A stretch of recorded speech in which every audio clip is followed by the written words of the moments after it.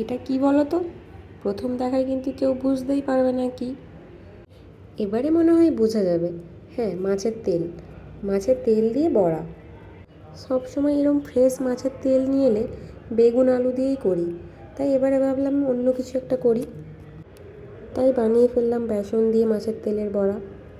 তার জন্য নিয়েছি ফ্রেশ কাতলা মাছের তেল, পেঁয়াজ কুচি, কাঁচা লঙ্কা কুচি, ধনেপাতা কুচি, বেসন, হলুদ গুঁড়ো, লঙ্কা গুঁড়ো আর নুন। চাইলে ছোট ছোট করে টুকরো করে চামচ দিয়েও মাখা যায়, কিন্তু আমি যেহেতু হাত দিয়েই মাখবো তাই আর টুকরো করিনি। মাখা হয়ে গেছে। এবার চাটুর মধ্যে খুব অল্প পরিমাণ তেল দেব। যেহেতু মাছের তেল তাই নিজে থেকেই আবার তেল বেরোবে, তাই খুব বেশি তেল দেওয়ার দরকার পড়েনি। এবার একে একে বড়া আকারে চাটুর মধ্যে দিয়ে দেব। গ্যাসের ফ্লেমটা একদম মিডিয়াম রাখতে হবে, যাতে ভেতরটা একদম কাঁচা না রয়ে যায়। ঠিক 5 থেকে 7 মিনিট পর একটা একটা করে উল্টে পাল্টে ভালো করে ভেজে নেব।